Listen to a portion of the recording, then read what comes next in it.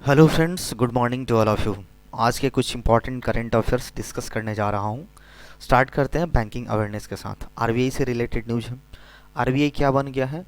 2021 में वर्ल्ड में second number पे आ गया, second largest buyer of gold. सोना खरीदने के मामले में आरबीआई दूसरे नंबर पे आ गया पूरे वर्ल्ड में। आरबीआई हमारे देश की सेंट्रल बैंक है, सारे जितने सारे बैंक्स हैं उसको रेगुलेट करती हैं। सेम उसी प्रकार सारे कंट्रीज़ में उस तरह के बैंक होते हैं। तो लोग क्या गोल्ड खरीदता है, तो गोल्ड खरीदने के मामले में सबसे टॉप पे है हमारा central bank of Thailand. Thailand की जो सेंट्रल बैंक है उसने कितना गोल्ड खरीदा है? 90 मीट्रिक टन गोल्ड खरीदा है। जबकि हमारा आरबीआई जो है 77.5 मीट्रिक टन खरीदा है। और आरबीआई के पास कितना रिजर्व है? 754.1 टन। ये क्या है? हमारा सोना रिजर्व है। ठीक है। अगर रिजर्व होने की दृष्टि से बात की जाए तो वर्ल्ड में आरबीआई के पास रिजर्व सोना 9वें नंबर पे है, 9th largest in the world. ये सवाल आता है कि आरबीआई सोना क्यों खरीदता है? बहुत सारी मार्केट में जो फॉरेक्स रिजर्व होता है उसमें हम लोग यूएस डॉलर में, मतलब वहाँ पे सेव किया जाता है। यूएस डॉलर में भारत के द्वारा, आरबीआई के द्वारा वहाँ पे सेव किया जाता है। उसकी जो वैल्यू होती है, उसका जो वर्थ होता है, बीच में काफ़ी न्यूज आ रहा था कि उसका वैल्यू गिरने वाला है या फिर जो कमोडिटीज़ हैं उसके प्राइस गिरने वाले हैं। तो इन सारी दृष्टिकोण से लेकर के पिछला 4-5 साल में आरबीआई ने काफ़ी ज़्यादा गोल्ड की खरीदारी की है। तो उस मामले में अभी का रिसेंट डेटा ये कहता है कि 2021 में पूरे वर्ल्ड में आरबीआई सेकेंड लार्जेस्ट बायर बन गया है, परचेजर बन गया है गोल्ड का। गोल्ड खरीदने से होता है क्या? लिक्विडिटी मेंटेन रहती है। तो इन सारी चीज़ों को लेकर के ये गोल्ड को खरीदती है आरबीआई। नेक्स्ट मूव करते हैं। ये फ्लिपकार्ट से रिलेटेड एक न्यूज है। फ्लिपकार्ट एंड आईआईएम संबलपुर जो कि उड़ीसा में है, इंक एमओयू यानी एक मेमोरेंडम ऑफ अंडरस्टैंडिंग साइन किए हैं, ये लोग टाई अप किए हैं for research to provide insight to a greater market access to artisans and weaver with the IIM Sambalpur. ये क्या होगा? ये आईआईएम संबलपुर क्या करेगा? उड़ीसा तो आपको पता है कि बहुत सारी वहाँ पे एक रिच हिस्ट्री रही है हैंडीक्राफ्ट्स को लेकर के, और भी बहुत सारी वहाँ की यूनिकनेस है जो कि वहाँ पे बनाया जाता है।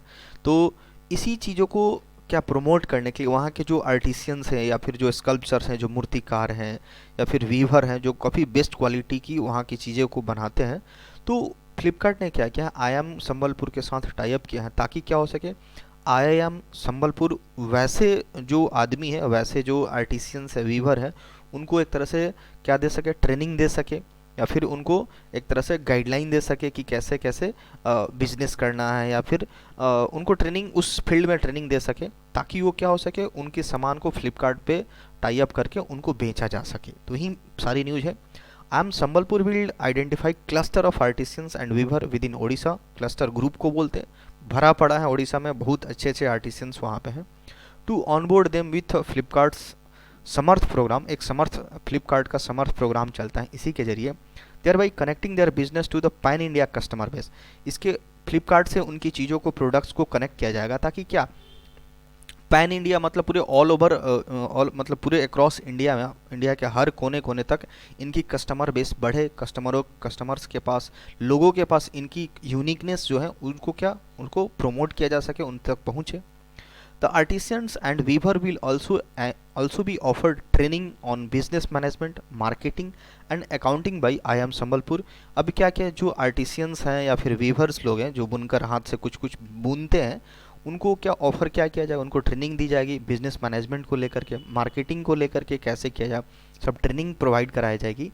और ये आईआईएम संबलपुर करेगा while conducting research on their pen points and the challenges. और भी उन चीज़ों को लेकर के जो उनकी एक तरह से स्पेशलिटी है उस पर और रिसर्च किया जा सकता है। तो इन्हीं सारी चीज़ों को बढ़ावा देने के लिए वो बहुत बेहतर करे, उनका प्रोडक्ट्स बहुत अच्छा हो, इसलिए आम संबलपुर उनको ट्रेनिंग देगा बिजनेस मैनेजमेंट को लेकर के, और उनकी चीज़ों को फ्लिपकार्ट के साथ अटैच किया जाएगा और कस्टमर्स बेस बढ़ेगा, कस्टमर बहुत सारे लोगों तक पहुँचेगा, pan India customer base in लोगों का बढ़ेगा। नेक्स्ट है हमारा अपॉइंटमेंट के दृष्टिकोण से है, Sanjay Malhotra appointed as DFS secretary in ministry of finance. DFS क्या होता है? हमारा डिपार्टमेंट ऑफ फिनेंशियल सर्विस होता है। यह हमारा ministry of finance with ministry of finance के अंतर्गत ही आता है। तो संजय मल्होत्रा को क्या बना दिया गया है? डीएफएस का सेक्रेटरी बना दिया गया है, किसमें? मिनिस्ट्री ऑफ फिनांस में। तो ये 1990 के आईएएस बैच, आईएएस ऑफिसर है राजस्थान कैडर के। Has been appointed as secretary in department of financial service, जिसको डीएफएस शॉर्ट में बोलते हैं, in the ministry of finance with immediate effects. इनको बना दिया गया है। इसके पहले क्या थे? Prior to this he was serving as a chairman and managing director of REC limited. REC हमारा क्या होता है? रूरल इलेक्ट्रिफिकेशंस कॉरपोरेशन होता है, एक फिनेंशियल कंपनी है जो कि पावर सेक्टर में डील करती है। तो इसके पहले ये क्या थे? आरईसी के चेयरमैन थे। अभी इन्होंने किसको सक्सीड किया है? इसके जस्ट पहले इस पद पे यानी डीएफएस के सेक्रेटरी के पद पे कौन थे? इनका नाम था देवाशीष पांडा करके थे, who completed his term as DFS secretary on Jan 31, 2022। 31 जनवरी को इन्होंने अपना कार्यकाल पूरा किया और इसके बाद इनका मतलब इनकी अपॉइंटमेंट हुई। DFS covers functioning of banks. अब यहाँ पे कुछ डीएफएस के फंक्शंस के बारे में दे रखा है। ये क्या? Functions of banks, financial institutions, insurance companies, national pension scheme and international banking पे ये डील करता है। डीएफएस मिनिस्ट्री ऑफ फिनांस के अंतर्गत आता है। नेक्स्ट हमारा है वर्ल्ड पल्सेस डे। 10 फरवरी 2022 को, मतलब हर साल क्या 10 फरवरी को इसको ऑब्जर्व किया जाता है। तो world pulse day is observed every year on 10th February to spread public awareness of nutritional and environmental benefits of pulses as part of sustainable food productions। World pulse day, pulses में क्या होता है? जो सो दलहन फसल होती है, या हम लोग बीन्स खाते हैं, या फिर ड्राई पीज हो गया, काउज पीज हो गया, लेंटिल्स, मसूर, रहर, अरहर, ये सारी चीज़ें किस में आती हैं? पल्स में आती हैं। तो इसमें हर साल क्या 10 फरवरी को ऑब्जर्व किया जाता है, ताकि इसमें पब्लिक अवेयरनेस स्प्रेड किया जा सके, लोगों में जागरूकता फैलाई जा सके। किसको लेकर के? Nutritional and environmental benefit. एक तो इसका काफ़ी बेनिफिट्स होता है, प्रोटीन्स वगैरह इसमें काफ़ी हाई मतलब हाई कंटेंट में रहता है, प्रोटीन रिच फूड्स होते हैं ये। और इसके साथ साथ इसको मतलब प्लांटेशंस करने पे, इसको खेती करने से इन्वायरमेंट में भी अच्छा असर पड़ता है। तो इन सारी चीज़ों को अवेयरनेस फैलाने के लिए, जागरूकता फैलाने के लिए हम लोग हर साल 10 फरवरी को पल्सेस डे सेलिब्रेट करते हैं। इस बार की थीम क्या रही है? 2022 में जो सेलिब्रेट हुआ है, इसका थीम क्या रहा है? Pulses to empower youth in achieving sustainable agri food systems. तो ये हमारा थीम रहा इस पार्टिकुलर डे के लिए। ये पहली बार ये जो इसके लिए प्रोक्लेम किया गया था, इसके लिए दावा कब किया गया था? दिसंबर 2018 में किया गया था। लेकिन फर्स्ट टाइम इसको ऑब्जर्व कब किया गया था, मनाया कब गया था? 2019 में इसको मतलब ऑब्जर्व किया था पहली बार। ये यूएन जो यूनाइटेड नेशंस 11 मतलब 11 टाइप का पल्सेस मतलब रिकॉग्नाइज किए हैं, पहचानी है, जिसमें कुछ कुछ यहाँ पे एग्जांपल्स दे रखा है, जैसे ड्राई बीन्स हो गया, ड्राई पीज होगा, चिक पीज हो गया, cowpeas and lentils etc, ये सारी चीज़ें इसमें इंक्लूड होती हैं। नेक्स्ट है हमारा, ये बड़ा ही इंपॉर्टेंट है सोशल मीडिया के पॉइंट ऑफ व्यू से। यहाँ पे दे रखा है Instagram launches take a break to encourage breaks from social media. इसमें क्या होगा? जैसे एक बड़ा ही अच्छा एक फीचर्स लॉन्च किया गया है इंस्टाग्राम के द्वारा, टेक अ ब्रेक। इसमें क्या होगा? जो आजकल को बहुत एक एडिक्शन टाइप हो गया है सोशल मीडिया का, लोग फेसबुक चलाते रह रहे हैं, it's just a wastage of time, nothing else. तो यहाँ पे क्या किया गया है कि इंस्टाग्राम में एक ऐसा फंक्शन, सेटिंग्स में जाकर के, अकाउंट्स में जाकर के आप देख सकते हैं, वहाँ पे एक ऑप्शन आ रहा है कि आप टाइमर लगा सकते हो, कि हाँ आप 10 मिनट का टाइमर लगा रहे हो, वो आपको एक स्क्रीन पे पॉपअप मैसेज आएगा कि टेक अ ब्रेक, भाई आप इतना देर चला दिए, थोड़ा सा रुक जाओ। इस तरह का कुछ स्क्रीन पे मैसेज आएगा, टेक अ ब्रेक का मैसेज आएगा। आप जितना देर टाइमर 10 मिनट लगा दिए, 20 मिनट, 30 मिनट का, जो आपके ऊपर डिपेंड करता है। तो अगर वो ऑन कर देते हो सेटिंग्स को, तो जैसे ही वो टाइम पीरियड पूरा होता है तो स्क्रीन पे मैसेज आता है टेक अ ब्रेक, ताकि आप और अदर चीज़ों पे अपना फोकस कर सको। तो ये है टेक अ ब्रेक नाम का एक बोल सकते हैं कि ये कंपेगन है सोशल मीडियाज पे, ताकि इंस्टाग्राम ये लॉन्च किया है। तो Instagram has launch take a break campaign that will alert users scrolling on Instagram to periodically take breaks from the platform and focus on other thing. आप scroll करते जाते हो, मतलब इंडलेस बहुत सारे टाइम वेस्टेज होते हैं, तो एक तरह से इससे ब्रेक लेने के लिए और भी आप दूसरे चीज़ों पे फोकस कर सके, तो एक तरह से बहुत ही अच्छा है, क्योंकि समय समय पर पीरियडिकली आप इसे ब्रेक ले सको, तो ऑटोमेटिकली वो क्या आ जाएगा, स्क्रीन पे पॉपअप आ जाएगा। It has been launched by Instagram in India and various other countries. India में भी लॉन्च हुआ है और उसके साथ साथ अदर कंट्रीज में भी लोग हैं। The campaign will also alert users of the new inclusion with the notification. ये सारी नोटिफिकेशन आते रहेगी। ये पहली बार कहाँ लॉन्च हुआ था? यूएस में, यूके में, आयरलैंड, कनाडा, न्यूजीलैंड, ऑस्ट्रेलिया में, ये सारी वहाँ पे ऑलरेडी वहाँ पे इस तरह के कंपेगन टेक अ ब्रेक नाम का वहाँ पे लॉन्च हो चुका था। नेक्स्ट है हमारा, ये स्पोर्ट्स के या फिर जो भी बोल लीजिए, जो आईपीएल के बड़े फ़ैन हैं उनके लिए काफ़ी इंपॉर्टेंट है। ये हम लोग अभी हाल ही में हम लोग न्यूज़ में सुने हैं कि दो आईपीएल की दो नई टीम बनी हैं, एक अहमदाबाद फ्रेंचाइजी ने लिया था और एक लखनऊ ने। तो इन्होंने अपना नाम डिस्क्लोज कर दिया है। जो अहमदाबाद की आईपीएल फ्रेंचाइजी थी, उन्होंने अपने नाम को अनवेल किया है, डिस्क्लोज किया है। क्या नाम रखा है उन्होंने? गुजरात टाइटंस। तो गुजरात टाइटन्स के नाम से एक न्यू आईपीएल की टीम आएगी। तो ये बन गया गुजरात टाइटन। ये कुछ लोगो वगैरह इनका इस तरह का बना हुआ है। Gujarat Titans is the official name of new Ahmedabad franchise. जो इनका नाम ये रहेगा गुजरात टाइटन्स। किसके द्वारा? Owned by CBC Capital. ये जो गुजरात की जो मतलब है जो टीम कौन खरीदा है? सीबीसी कैपिटल से एक कंपनी है जो कि फिनांस में डील करती है, थोड़ा सा क्रेडिट वगैरह है। इसके जो मालिक का नाम है, ऑनर का नाम क्या है? सिद्धार्थ पटेल नाम है इनका। और कैपिटल एज हार्दिक पांड्या। इसको लीड कौन करेगा? Is all set to lead the franchise in the Indian Premier League. मतलब गुजरात टाइटंस के जो टीम बनेगी उसके जो कैप्टन होंगे, कीपर होंगे, कौन बनेंगे? हार्दिक पांड्या बनेंगे। The naming of the Ahmedabad franchise comes day after Lucknow on by RPGS group. अब जो लखनऊ की टीम है उसको किसने खरीदा? आरपीएसजी की ग्रुप है, और जिनका नाम है क्या है? संजय गोयनका नाम है, जिन्होंने 7,000 करोड़ में खरीदा है। लखनऊ की टीम को 7,000 करोड़ में खरीदा गया था, और ये अहमदाबाद की टीम थी वो 5200 यानी 5,200 करोड़ में खरीदा गया था। तो इसका नाम क्या रहेगा? जो लखनऊ की टीम है उसका नाम रहेगा लखनऊ सुपर जायंट्स। अहमदाबाद वाली टीम का नाम रहेगा गुजरात जायंट्स, और लखनऊ वाली टीम का नाम क्या रहेगा? लखनऊ सुपर जायंट्स के नाम से होगा। और इसको लीड कौन करेंगे? एक तरह से उसके कैप्टन कौन रहेंगे? केएल राहुल रहेंगे। नेक्स्ट है हमारा power minister RK Singh launched Powerthon 2022। एक तरह से क्या होगा इसमें? क्या किया जाएगा कि हर एक फील्ड में ऐसा किया जाता है, हैकेथॉन, पावरथॉन। इसमें कुछ अपना इनोवेटिव आइडियाज़ लगाने के लिए पावर के दृष्टिकोण से या फिर एनर्जी को लेकर के इसमें नए नए इनोवेशंस को बढ़ावा दिया जाएगा। एक कंपटीशंस का माहौल क्रिएट किया जाएगा और जो सबसे बेस्ट होता है उसको लिया जाता है। तो union minister of power RK Singh has launched Powerthon 2022 a hackathon competition. एक कंपटीशन होता है to find technology driven solutions to solve the complex problems in power distribution. जो आजकल पावर डिस्ट्रीब्यूशन में जो बहुत तरह की समस्याएं आ रही हैं उसको कैसे टैकल किया जाए, कैसे एड्रेस किया जाए। तो इसमें एक हैकेथॉन कराया जाएगा, कंपटीशन कराया जाएगा। उसमें बहुत सारे लोग पार्टिसिपेट करेंगे, जो मेंटर्स या फिर जो हाईली क्वालिफाइड या इस फील्ड में जो है काफ़ी अच्छे जो है, वो एक तरह से इनमें कंपटीशंस होगा और वो अपना कुछ ओपिनियन रखेंगे, अपना कुछ एक तरह से इनोवेटिव आइडियाज़ देंगे, ताकि इन सारी चीज़ों को, इन सारी प्रॉब्लम्स को डील किया जा सके। And to ensure quality and reliable power supply, और क्वालिटी को भी सुनिश्चित किया जा सके और पावर सप्लाई को भी बेहतर बनाया जा सके। The competition will bring together qualified mentor with TSPs. तो इसके साथ क्या होगा? इनमें क्वालिफाइड जो मेंटर हैं इनको साथ लाया जाएगा, इनोवेटर्स को and other participants to create team for efficient electricity network. और एक पूरा एक अच्छा सा टीम बनाया जाएगा और जिसकी वजह से इलेक्ट्रिसिटी नेटवर्क को और एफिशिएंट बनाया जाए और भी बेहतर और भी अच्छे तरीके से काम करने के लायक बनाया जा सकता है। तो he also inaugurated encouraged technologies to come forward not only with solutions to existing problem but also with other problems statement and ideas for reliable।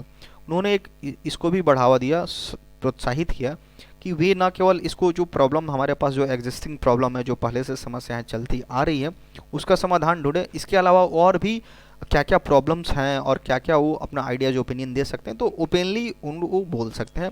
तो एक पावरथॉन 2022 का एक लॉन्च किया गया है। इसमें एक कंपटीशन होगा, आइडियाज़ को लिया जाएगा, इनोवेटिव आइडिया को लिया जाएगा जिससे प्रॉब्लम्स को एड्रेस किया जा सके। नेक्स्ट है हमारा अपॉइंटमेंट। हम जो एसएससी एग्जाम्स लेती हैं, जो कमीशंस हैं, स्टाफ सिलेक्शन कमीशन, इन्होंने क्या बना है? Senior bureaucrats S Kishore appointed as the new SSC chairman. SSC के नए चेयरमैन बन चुके हैं कौन? एस किशोर इनका नाम है। Senior bureaucrats S Kishore has been appointed as chairman staff selection commission according to an order issued by जो डॉप्ट है department of personnel and training है। इन्होंने कमिटी मतलब ये कंफर्म किए हैं, appointment committee of the cabinet has approved the appointment of Kishore to the post in the rank and pay secretary of the government of India by temporary upgrading the post and keeping the recruitment rules of the post अबेंसेस।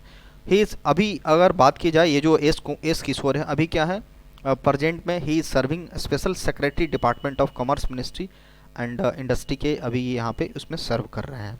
तो हमारा जो SSC के नए chairman के रूप में किसको चुन लिया गया है, एस किशोर जी को, जो सीनियर ब्यूरोक्रेट्स हैं, आईएएस ऑफिसर। नेक्स्ट है Nitin Gadkari received 18th late Madhavrao Limaye award से इनको सम्मानित किया गया है। ये हमारे road transport and highway minister हैं Nitin Gadkari ji. Will facilitated for the first time, पहली बार, with 18th late Madhavrao Limaye award in category of कार्यक्रम खासदार। इसमें इनको मतलब एफिशिएंट मेंबर ऑफ पार्लियामेंट, इस कैटेगरी में इनको 18वां लेट माधवराव लिमाय अवार्ड इनको दिया गया है। ये this award will be facilitated bye Nashik public library के द्वारा दिया जाता है। सार्वजनिक वाचनालय इसके द्वारा इसको प्रोवाइड कराया जाता है। Earlier the award was given to कार्यक्षम करके अमदार करके हैं an efficient member of the legislative assembly from the Maharashtra. तो इस ग्रुप में पहले, इसके पहले महाराष्ट्र के एक लेजिस्लेटिव असेंबली थे, एमएलए, उनको प्रोवाइड कराया गया था। नेक्स्ट मूव करते हैं।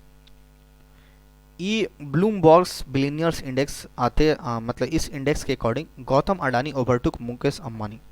इसने क्या किया है, जो गौतम अडानी है, जो हमारे एंटरप्रेन्योर हैं बहुत बड़े, उन्होंने मुकेश अंबानी को पीछा छोड़ दिया है एसेट्स के मामले में, पैसा के मामले में।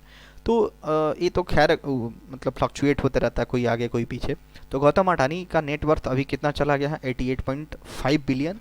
ओवरटेक कर लिए हैं किसको, 87.9 मिलियन, जो कि मुकेश अंबानी का है। और इस हिसाब से 8 फरवरी को ये एशिया के सबसे रिचेस्ट पर्सन बन गए हैं। और वर्ल्ड की बात की जाए तो वर्ल्ड में 10वें रिचेस्ट पर्सन बन गए हैं। As you know that Elon Musk हमारे वर्ल्ड के सबसे रिचेस्ट पर्सन है, उसके बाद जेफ बेजोस आते हैं। नेक्स्ट हमारा है UNEP tie up with Maharashtra to support Majhi Vasundhara campaign. UNEP हमारा यूनाइटेड नेशन इन्वायरमेंट प्रोग्राम है, जो हमारे इन्वायरमेंट को लेकर के काफ़ी कैंपेन या फिर अवेयरनेस फैलाता है। तो इसने क्या किया है, महाराष्ट्र गवर्नमेंट के साथ टाई अप किया है ताकि वो जो माझी वसुंधरा कैंपेन है उसको क्या कर सके, सपोर्ट कर सके। देखते हैं क्या दिया है। UNEP has signed an MoU with Maharashtra government to support Majhi Vasundhara campaign. It is an initiative towards sustainable use of energy and environmental development. ये किस चीज़ को लेकर काम करता है, जो हमारा एनर्जी और इन्वायरमेंटल मतलब जो हमारे पर्यावरण में जो एक डेवलपमेंट होता है उसको लेकर के काफ़ी ये पहल लेता है और मतलब अच्छे इस पर काम करता है।